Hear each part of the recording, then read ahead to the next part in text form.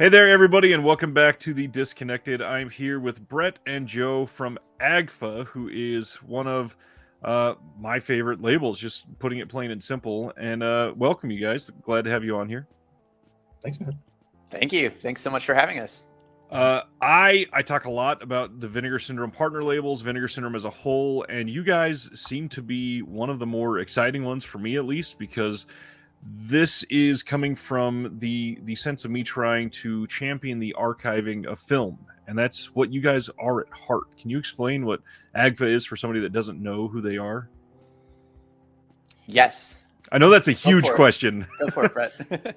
Oh, okay. Well, we are three things, at least in my mind. We are a home video label, we are a film archive, and we are a theatrical distribution. We're a distro. We're like a classic record distro from the 90s, but with all the indie labels from the Blu-ray world rather than the world of putting out 7 inches back in the day. And it genuinely feels like that, too, with a lot of these releases. And not just the physical releases, but the screenings that everybody, clamors for from AGFA, and just the culture that AGFA seems to present as a whole. And although I talk a lot about physical media on here, the archiving is such an important, integral part of this whole hobby and industry as a whole. So for those that don't know that, this whole archive exists, can you share like how many films you think you have on hand, how big it is, what that takes in sort of an endeavor for AGFA?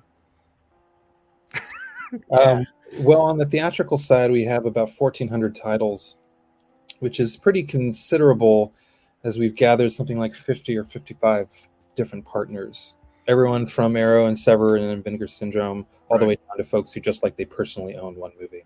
Wow. And so that's the scope. I don't know how many hard drives that is. Joe's seen it in the office. He'll tell me. It's about 3,000 hard drives, I think. I've seen. Yeah, it's about right. Wow, so much. I don't know.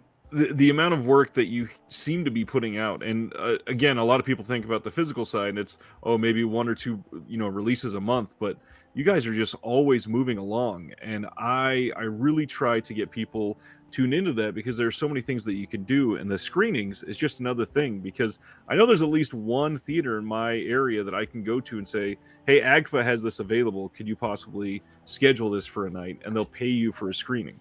That is what I am hoping people get out there, is when they find that they have a sympathetic venue in town that wants to put up stuff like that, tell people about it. That's how this shit works. Yep. Word of mouth is huge for stuff like this, and partners is what makes a lot of this work. So the whole Vinegar Syndrome thing, you guys have been doing this a lot longer than what people think, because this is like one of the original AGFA partner releases where you guys worked together with them, and that was years ago at this point. So how'd you originally get in with Vinegar Syndrome?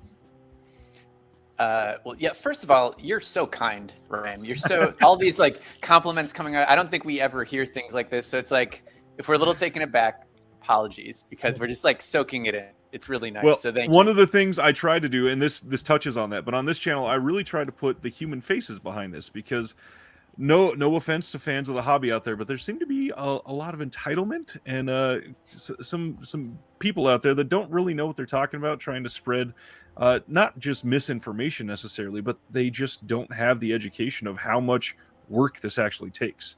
So I try to share, what is Bret and Joe? What do they do on a daily basis to make sure that we get something like Final Flesh that we fall in love with?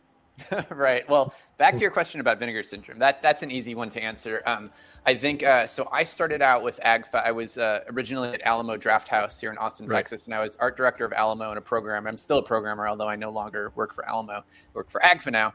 But that was kind of something that started up on the Alamo side, where Vinegar Syndrome, we knew of Vinegar Syndrome and we were friends with them because of the archive at AGFA. At that point, it was just an archive.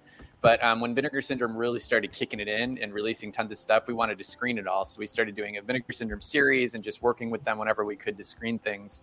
And it kind of just blossomed from there, to the point where when AGFA finally decided to, after we did our Kickstarter and got our film scanner and decided to start going after rights for these films to actually release them, it worked out after a while. We had a distributor originally, and then once Vinegar Syndrome kind of put out the ask to us if we'd be interested in working on this idea that they had called partner labels, and we were the first, and we were like, yeah, let's talk about it. So it kind of just snowballed from there to the present day.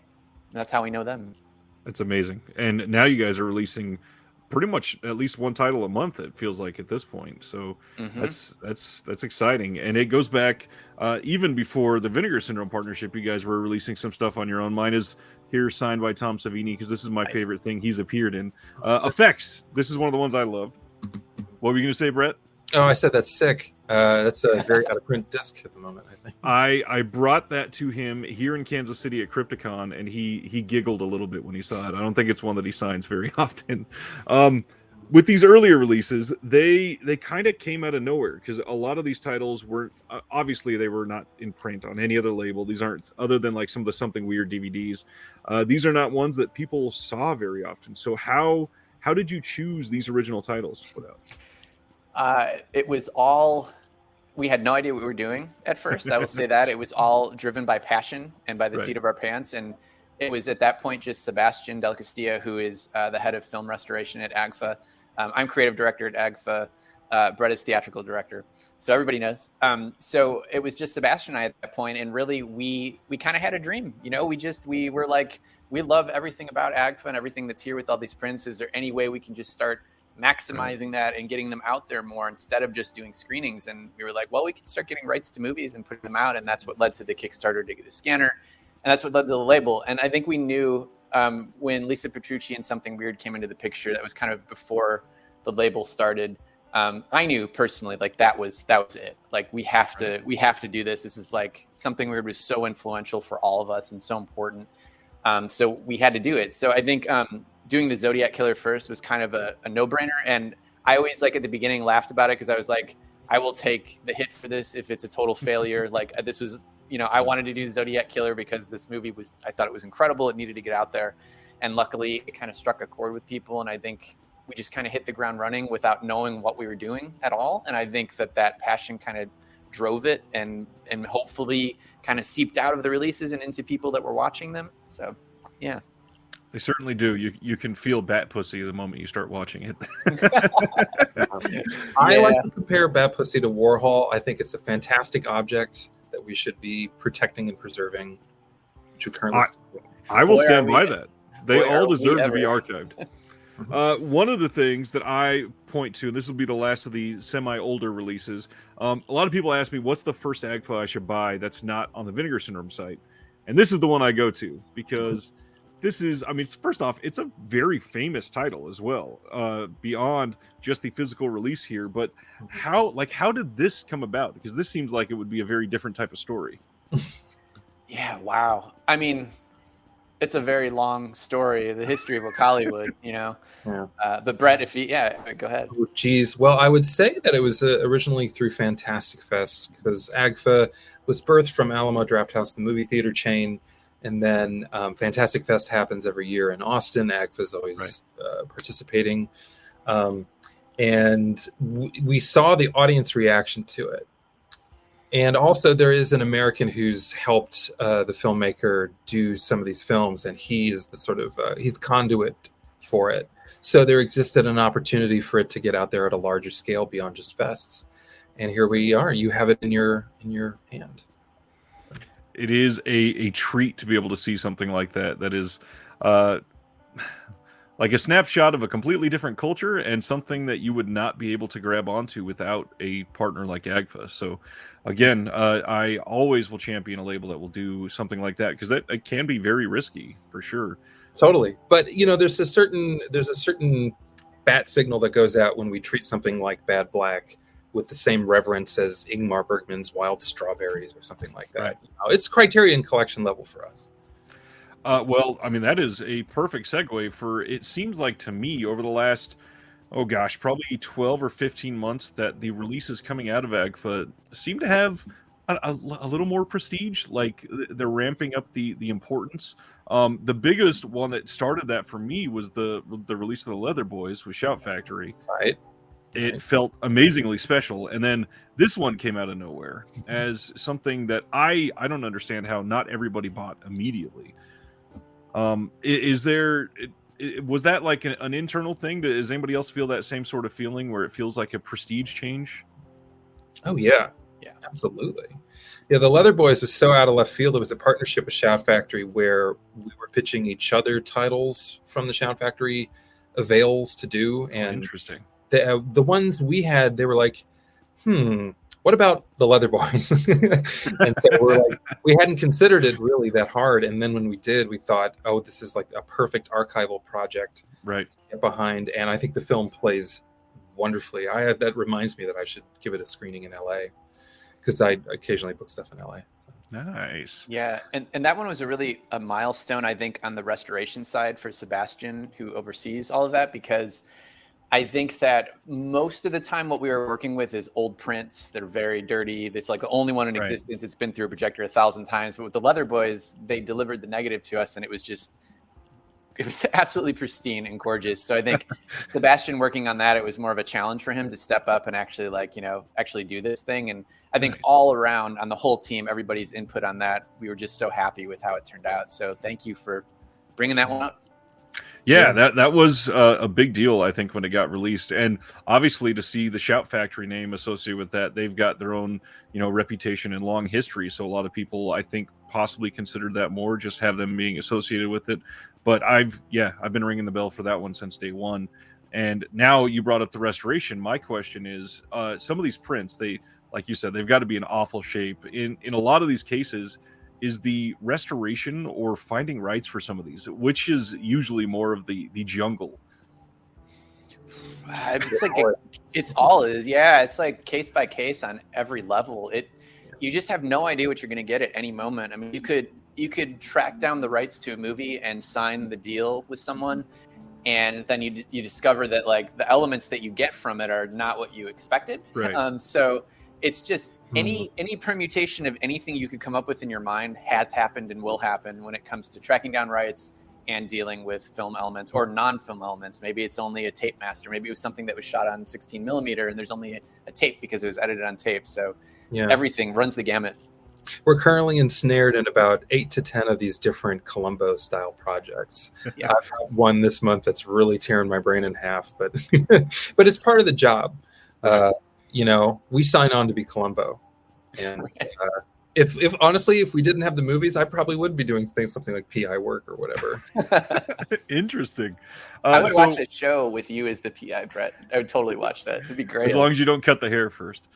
Yeah. No, the hair stays. It's like Monk, the TV show. Like I'm not a cop, but I'm on the edge, like one of those things.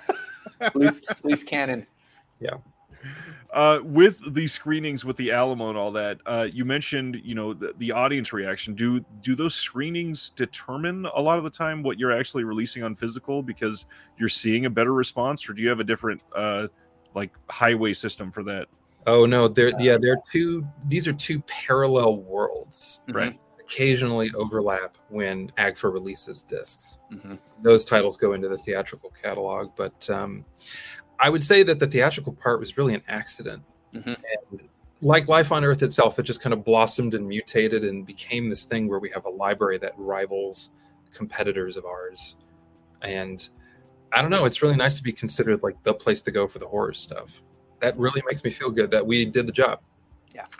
It is a job well done for a lot of these, especially because there's so much value on these discs. You highlight one film, but then you really dig into it, and there's sometimes a second film with hours of bonus features, all kinds of stuff on here, and the other labels that you're working, well, I guess labels you would call it, like Something Weird, and everybody else that you seem to partner on every single release with. How often are these other companies either approaching you, or do you just have it in your archive and you're like, hey, I love your stuff, we want to put it out? It's all AGFA pretty much. Like it all falls under the banner of AGFA. I think Something Weird was definitely unique in that that was an already existing archive and already a brand and a releasing label for when we were teenagers and younger than that. So I think for the most part, it pretty much all starts with AGFA. They're all AGFA projects, and it just depends on Final Flesh that you had brought up, for example, was something that Drag City had originally released on DVD. There it is on DVD, and we had already had theatrical on it, and we talked to Vernon about reissuing it on Blu-ray, he was really excited, and he was just like, well, I'd love to do it. Can Drag City still be involved? And we're like, of course, that would be an honor to have Drag City involved. So they were actually really great collaborators. So sometimes it ends up where it's like they were really into it, and we had meetings, and they were coming up with all the ideas for the extras and stuff like that. So it was very much a collaborative project. So it just depends on the movie, but I would say most of them originate with AGFA outside of Something Weird. Nice. And it's Final Flesh is certainly a collaborative project, it feels like, because there is so much on there. It is this massive feeling performance piece that I think really should be hitting home with a lot of people, because it's just so interesting to watch.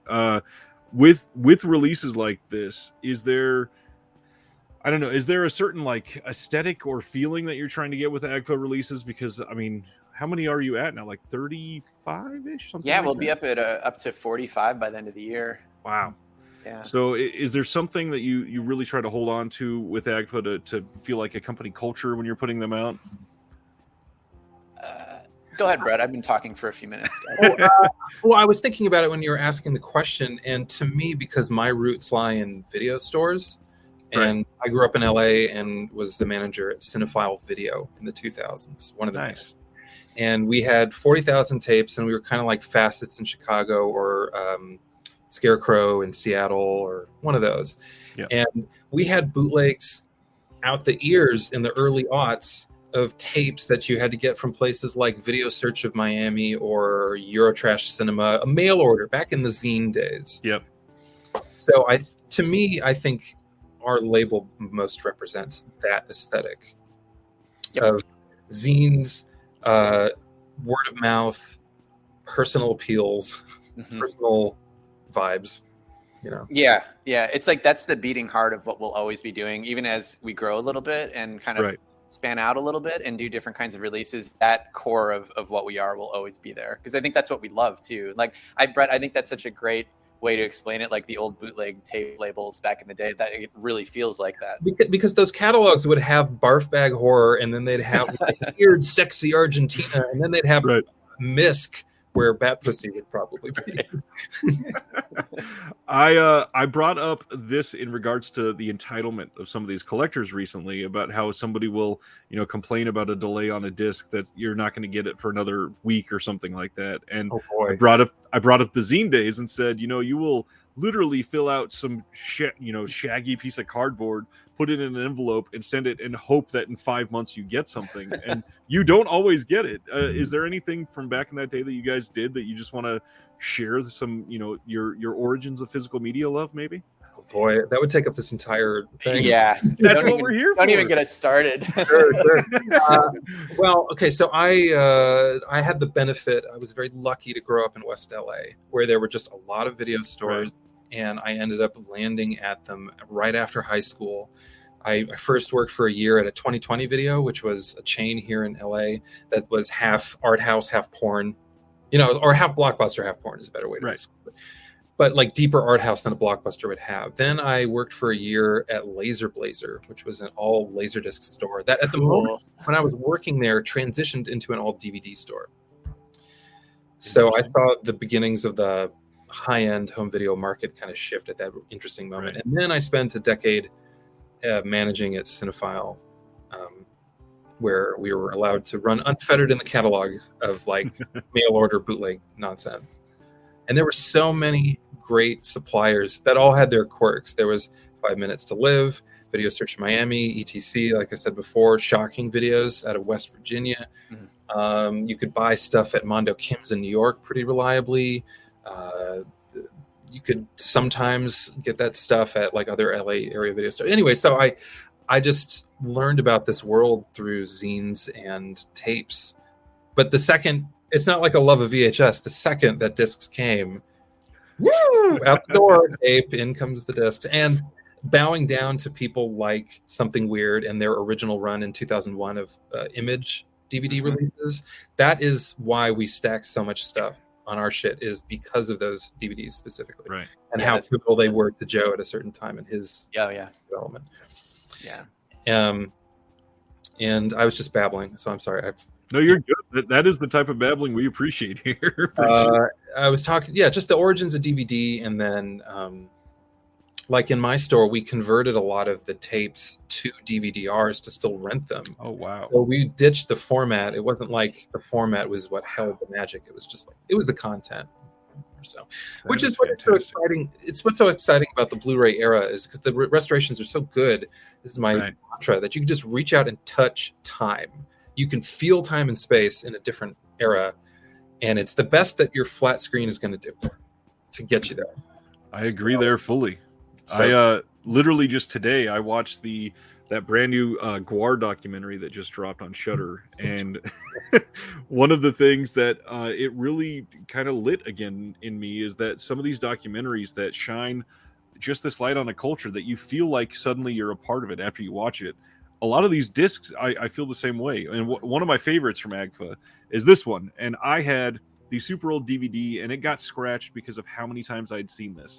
And to see this get the Blu-ray treatment and the love that you guys put in there, and then there's a bonus film on there, and there's all kinds of like the news footage from when he was on his local broadcast or whatever.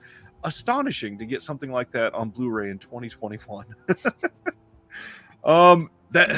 Scary Tales. Is there anything back with the acquisition of that was interesting or fun to share with anybody that's not on the disc? Not really. That was one of the originally that was one of the Bleeding Skull video titles that we released with Mondo on VHS back in the day. And then when that partnership ended, and I started, that's kind of when there's a transition to AGFA. So I think Bleeding Skull video stopped in like 2017. I think we did Heavy Metal Massacre was the last, or Jungle Trap. I never remember which one came last. Right. But after that, it was kind of like everything was turning into AGFA. So I was like, oh, wait, this stuff that I'm doing over here for Bleeding Skull, we can just bring it into AGFA and do it there. So Scary Tales was kind of a holdover from that era.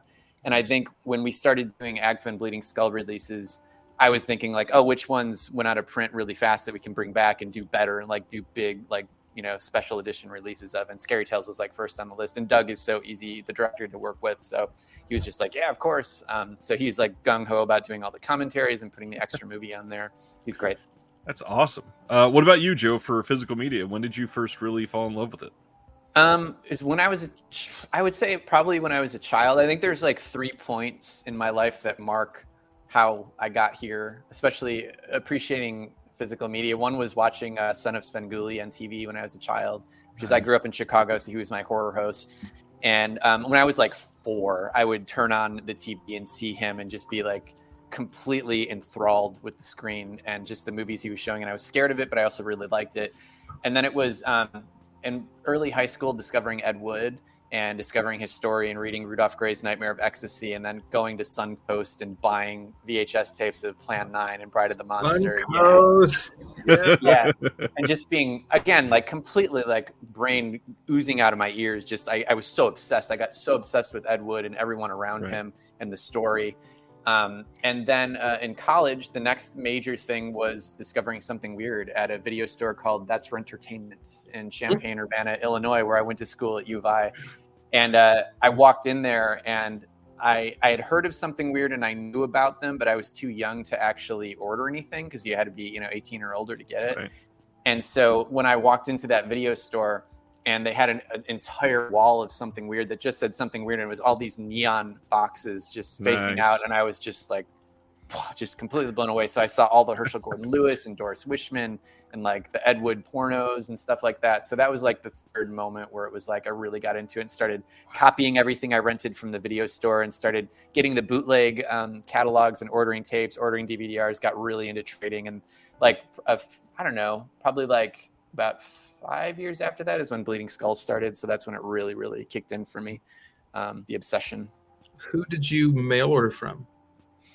Something Weird, Shocking Videos, a couple that are no longer around. I can't even remember. One had Trash in the title. That's where I got Black Devil Doll from Hell by Chester Turner for the first time from that. There's some random ones. There were some like Sinister Cinema was another big one. I'd get a lot of stuff from them.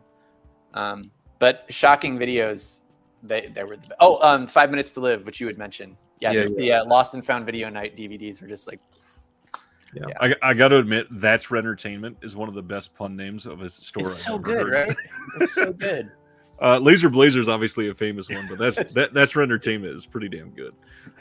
You also brought up just now Doris Wishman, and you guys are like in the throes of giving her more respect than anybody ever has, and thanks. I am just blown away by the amount that you guys are pouring into that. Can you share, some of your guys' just praise for some of her work and what you've done on that first box set that we've seen? Want me to take this one, Bret? Oh yeah, you're okay. Yeah. So I don't know if it's possible in words to share the feeling that it gives us to be working on these, because it's such a dream come true, and it might be a cliche to say that, but out of everything that we've done so far with AGFA, it is beyond my wildest imagination that we would ever be overseeing the restoration of Doris Wishman's entire filmography. Like I still can't believe it, because she was so influential to me in college and like when I first discovered her, in terms of influencing how I view movies and how they can be different than what's expected or what's normal. So just the thought that we embarked on this almost 4 years ago at this point to restore all these, and now we're at the end of it, they're all done. Like as we speak right now, all the box sets are done. So we're just waiting now for them all to come out. So right. And then there'll be one more Doris Wishman release in 2023 that's not part of the box sets. So that's exciting. Yeah. Wow. It's been an incredible experience. I can't even put into words. It's like a highlight of my entire life, to be able to be a part of the team that restored all of her films for the first time, and got them out there to a wider audience. I think that it's been really fascinating and fulfilling to see people's reactions to the movies that have no clue what they're getting into, especially people that are younger, that are really like not in tune with anything like this. And it's all been really positive in a great way, like people interpreting these movies. And I think seeing her as something special and important in the history of movies, and not just like, so bad it's good, this movie sucks, haha, it's like, which sucks, like it's the worst. So just the fact that people are seeing them in the right way means so much, because we put so much work into this, like almost 5 years of like, it's a lot. So yeah. Let's talk about the evolution of where audiences are at and where they should be, because where they should be is we've gone from so bad it's good in the 80s, 90s to the 2000s brought what the fuck where we were at then. It was better than so bad it's good, but it wasn't 100% there. And now I believe we should head towards another higher plane, which is, why does this exist? Mm-hmm.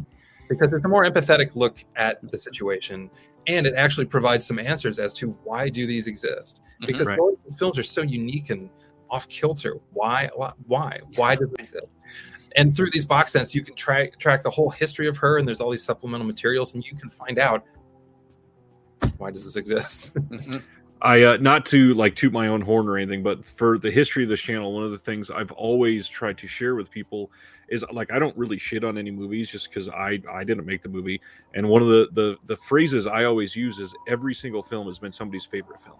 And even if it's the director at the time that they made the film, it is their favorite film. And that means to me that there's always something that I can find to appreciate in it. And it is so gratifying to see things like Scary Tales that I've loved for years, and AGFA puts it out, and somebody else can finally go, oh, it just clicked. This is incredible, and I relate to it so much, and I wish I could have been there when it was made, and just all of this wonderful optimism about a film that a lot of people did not love for a long time. Yeah. I think that you should toot your own horn more about that, because that kind of appreciation is, I feel it's like becoming more apparent. And I think it's important that that there are people like you that are appreciating in that way, because it's so much better than negativity. It's so positive, and it's so, like Bret said, it's so empathetic. And that's what we need, because why do we even seek out these movies? Why do we obsess about them? Is because we love them and we want new experiences, So that's the best. And that makes me happy that you even said that. So it's good on you for saying that. Well, thank you. Let's get into some more AGFA stuff then. So what, this is going up on August 1st. What do we got coming in August for everybody? Oh boy. It is the films of Doris Wishman, The Moonlight Years. It's the second box set, and it collects all of Doris Wishman's mid-period black and white films that I like to refer to as gutter noir films, because that's what they remind me of. They're DIY crime movies that are filled with sex and outrageousness and every surrealism that Doris throws into her movies. But they are, I always John Waters always referred to them as Godard and drag, this period of Doris Wishman. And I like that a lot because it totally makes sense. That's exactly, feels right. Yeah. So we have that. That's the most massive of all three of the box sets. It has 9 feature films, Good lots of gosh. commentary tracks. And I just have to say, I know that right now it'll be announced when this comes up, but people haven't seen it yet. But the restorations on the black and white films are just completely mind blowing. Like Sebastian's work on these it's the best thing he's ever done. And I cannot, I'm actually waiting till the box set comes out to revisit the majority of them because I want to see them on my TV like everyone else is when they come out because I'm just excited. It's like seeing, like my brother's wife. We always joke about that. That's what they say in the trailer. It's my brother's wife. Seeing that in this like pristine restoration from the original negative is going to be so much fun. I can't wait. So we're really, really excited about that one. Sidebar, the disc of She Freak you held up, that was from the original camera negative as well. Yes, and it looks incredible. I'm glad to hear that. This is one everybody should have, and not only does it look beautiful, it's genuinely like a relevant, important title if you actually look into it and the contents of everything. It is such just this weird 2022 like surrealism moment. You go, how do we have this? How does it exist? How does it look this good? And how am I here? AGFA puts out so many of those titles that make me question life, and that's in all the best ways. Not in anything negative. It's just genuinely, yeah. I need to know your feedback on Wicked World then.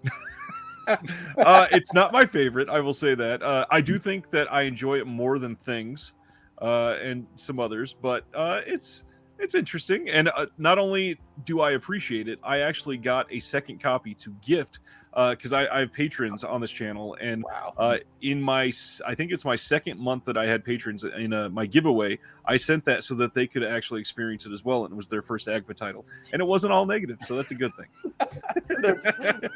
Baby's first AGFA title, Wicked exactly. World. Like, can't prepare anyone for that. That's hilarious. I totally support that.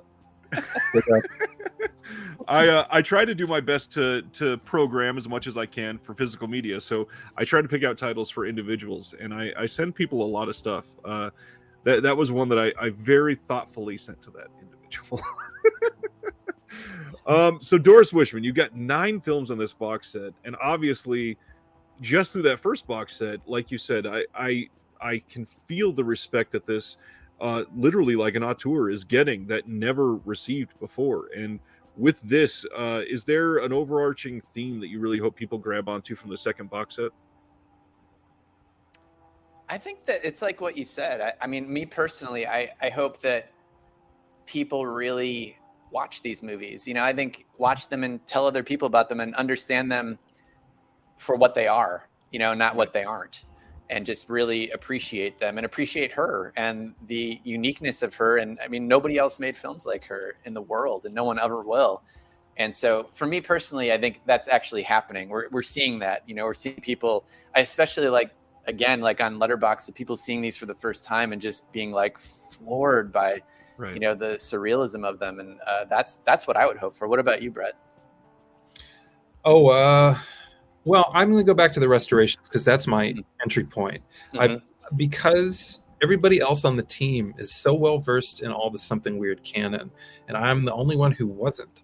Even though I rented at my video store those legendary DVDs, the double and triple features, I rented them constantly to people. I never really took them home myself or totally clued into the vibe like everybody else on my team did. So I'm seeing She Freak for the first time, and I'm waiting for the screener, the restoration screener, so that I can get hit with it and try to come up with some today context for how it can be seen in a movie theater. And so I think that's what everybody here who gets the box set will be experiencing. Just great, unfiltered time machines to a time and place when these movies were playing in theaters, which is hilarious to me, but it really was for the marketplace. And one fascinating auteur's warped idea of what the marketplace wanted dictated these incredible objects. So. Oh, what a way to put that. That was nice. One of the other things I mentioned earlier was, bringing the human side of these labels to individuals.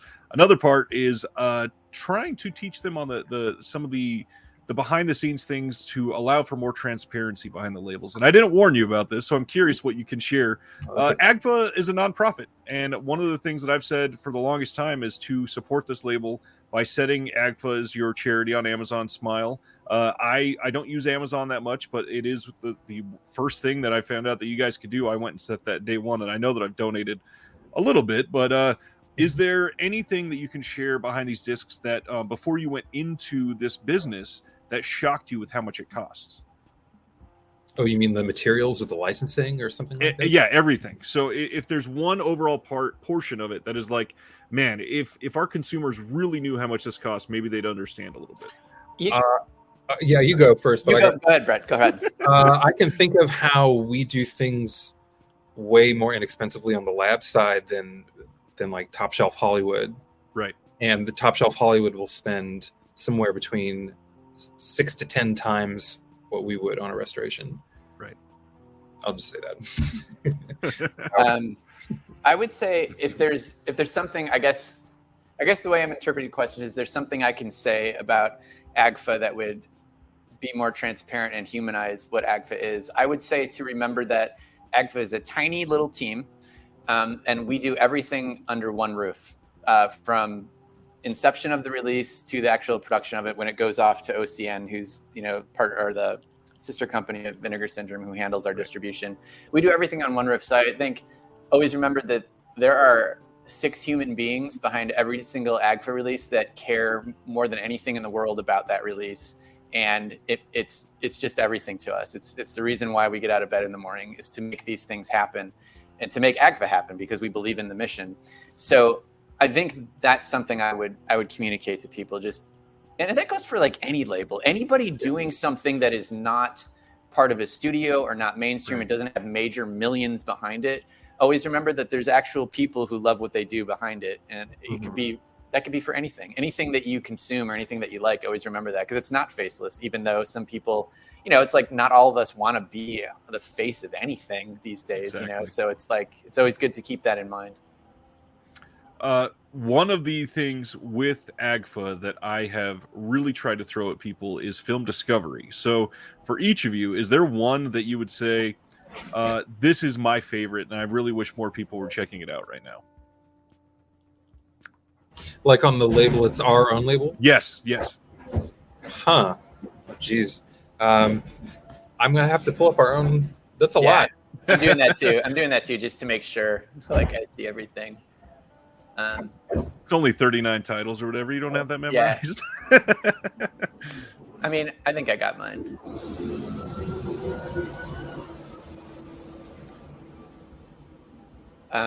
Want me to go since I got mine? Yeah, go for it. Okay. I would say out of everything we've released, I would say the one that I like to put the spotlight on the most is a movie called Limbo, that was written and directed by Tina Kraus. And the reason for that is that when I discovered that movie for Bleeding Skull, it was part of our second book that we released, the 1990s book that we put out. I reviewed the movie for that, and it was a movie that, unlike a majority of the 1990s trash horror stuff that we were watching, after I watched it a week later, I was still thinking about it. 2 weeks later, I was still thinking about it. And then when AGFA came about and we started doing the Bleeding Skull releases, I was really into the idea of putting it out, and I felt like I really had a push to do it. I was like embarrassed to say, because it's so experimental and it's so different than anything else in the shot on video realm, but it's so important because so few women had been making shot on video horror movies back then. Like, you can count them on one hand. And so I wanted it to be out there, and I wanted it to be appreciated in the right way, because I loved it. And I know if I loved it, maybe somebody else would love it too. So I'm really happy that worked out. And I know that there's something that happens sometimes when we release a movie, especially something so obscure, where the filmmaker is so appreciative and so happy that it exists, that it happened, that they can't believe it. And that was one that happened with Limbo, where I think Tina Kraus was like, what? Like, why? Like, why do you want to put this out? Why are you interested in it? And then when it happened, I think it's something that it feels like we helped this person who made a movie 30 years ago that never got released, that put all this hard work into it, finally see the light of day and finally see people appreciating it. And so that one, to me, it kind of encompasses everything that AGFA does into one release. Nice. Yeah. Interesting. What do you got, Brett? Well, this one might sound a little self-serving, but please bear with me. I think the AGFA Horror Trailer Show is one that really stands out because it's not only us making something out of nothing. It was archival materials. We weren't instructed to do this. There are other great trailer comps out there. Harry Guerrero's Garage House Pictures does the Trailer Trauma, and then there's the Drive in Delirium out of Australia, and they're both fantastic, and I use them for reference constantly. But AGFA Horror Trailer Show told a story. It was sculpted out of the trailers. Some of them were shown in their entirety. Some of them were shown, here's like 30 seconds. Some of them it's half. But it had a flow and a narrative to it. And then we added our own mutant found footage pieces on top of it that, I don't know, it speaks to how we can just conjure stuff out of the clay in a fun way. That is a great way to put that.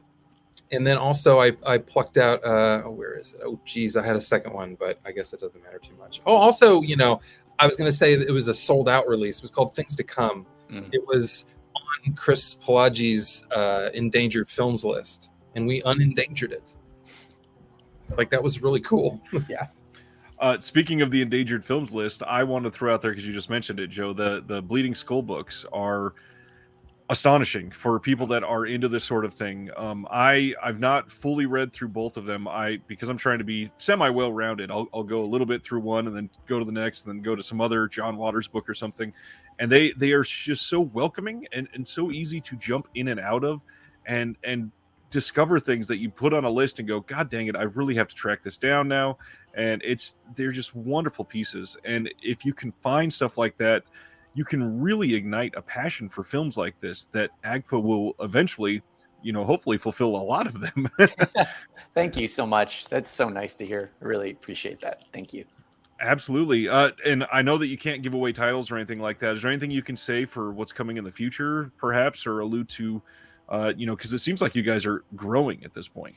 Yeah, we really are. I think I always referred to 2022 as kind of a transition year for us, because coming out of the pandemic, doing 3 Doris Wishman box sets, which was a major undertaking.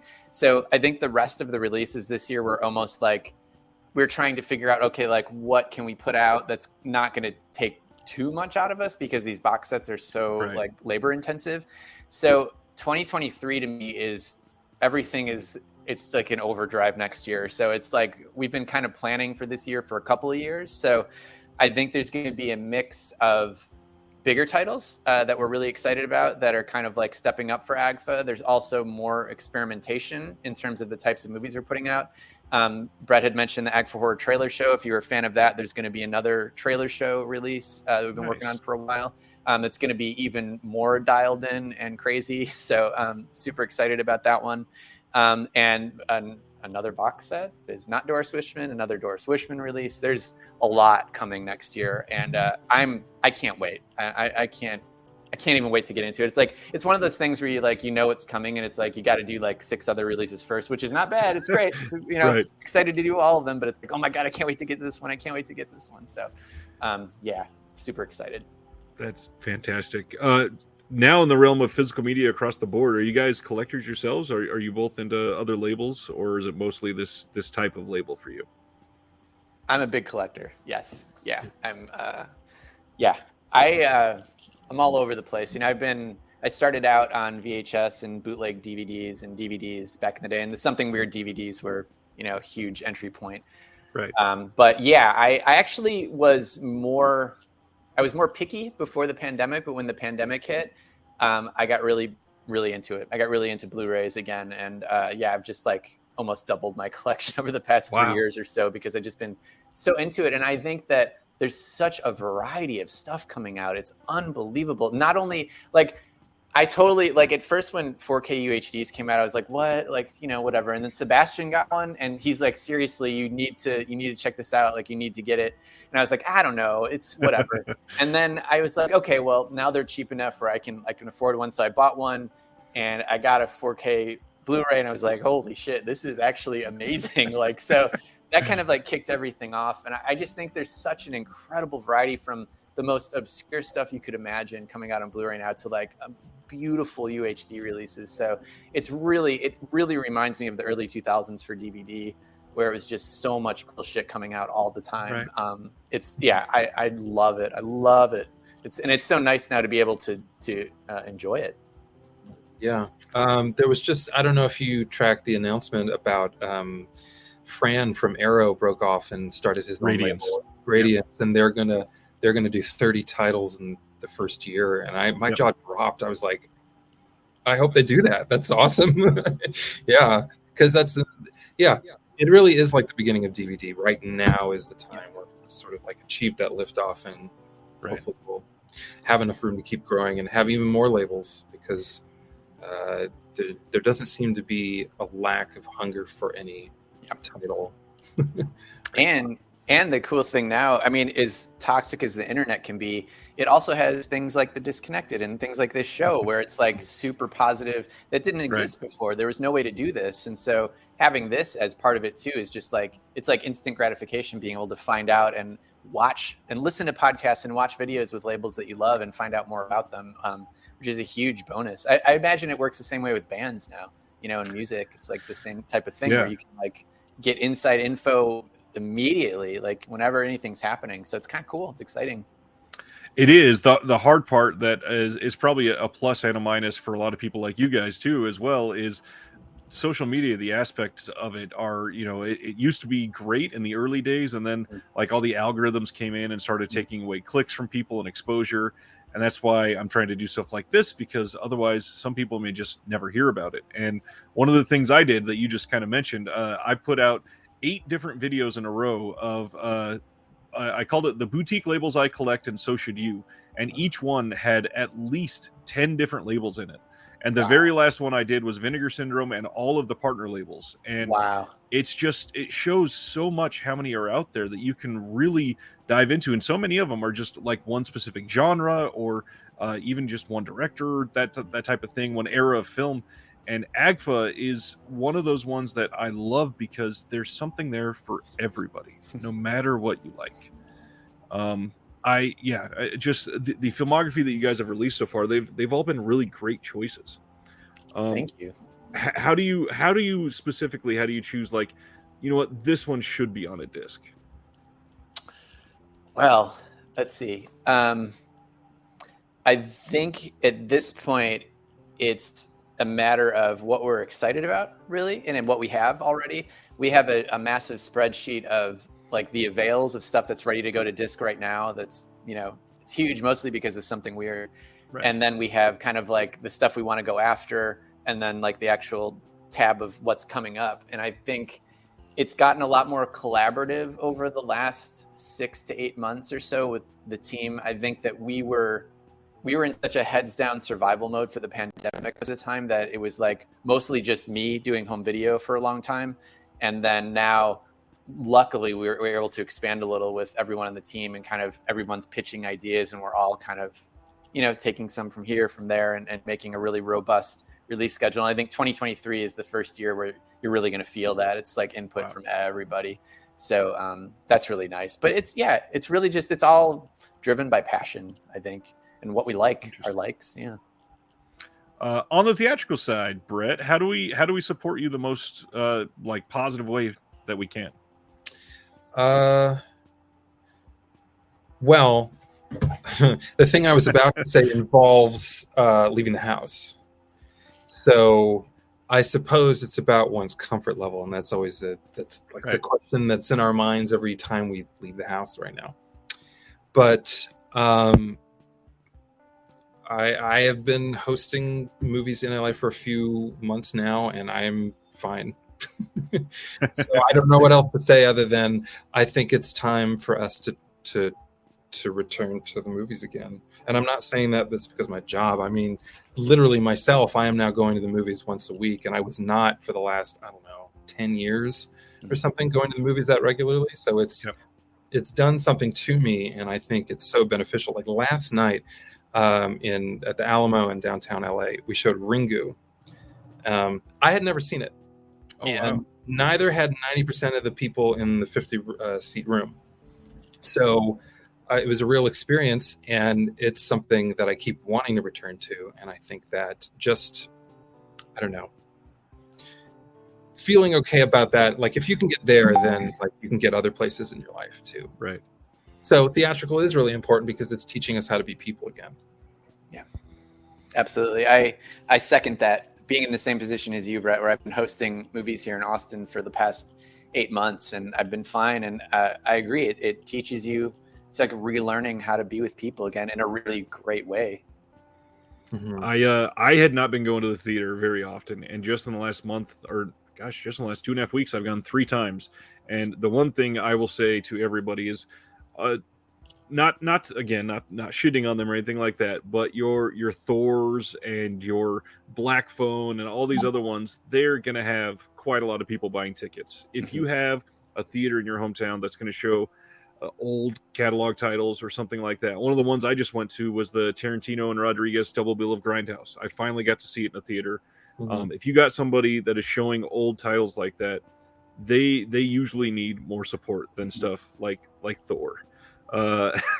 These AGFA titles, you guys, I just recently did a sale, I believe, on October prints, something like that, right? Oh, that was our Halloween sale for bookings. Yeah. Yeah. Yeah, just anything to shake people up. You know, Right. we revel so much in stuff made by people like William Castle and all the kind of like drive-in mavens, the cigar chomping people. So that, you know, it's just a little bit of showbiz flair. It's our attempt to sort of cigar chomp for a second and like, what can we do to push these movies? But because we're a nonprofit, we take the approach of being cheeky but also accurate in equal measure. Like those are movies that need to get played, and we'd love for you to play them this October, etc. The October season is our busiest of the year, and so that means August and September are the months where the theatrical side is taking care of the October. Yeah.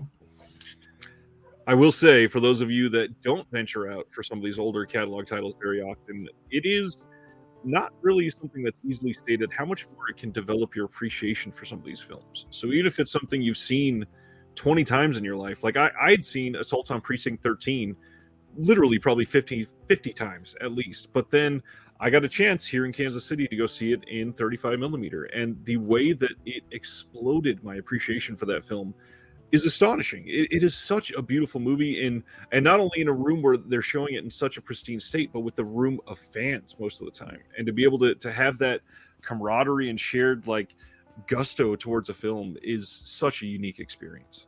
And it's not just the conversations in the lobby afterwards. It's a palpable feeling during and especially in the 5 minutes after, because here's how you know something really got people is that once the credits are done, there's still people in the room talking to each other. Mm-hmm. That happened last night at Ringu. That was a very good sign. Mm-hmm. I am trying to be cognizant of your hour here. Is there anything you'd like to share with everybody before we sign out?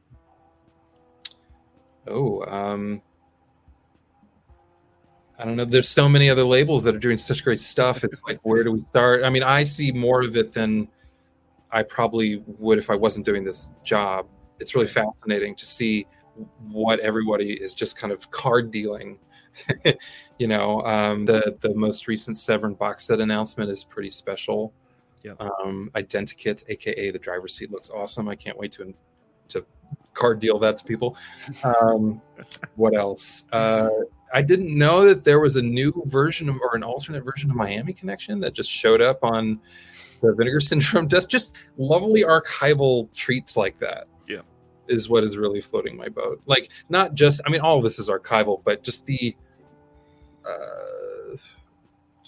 ultimate Frisbee playing of it. Right.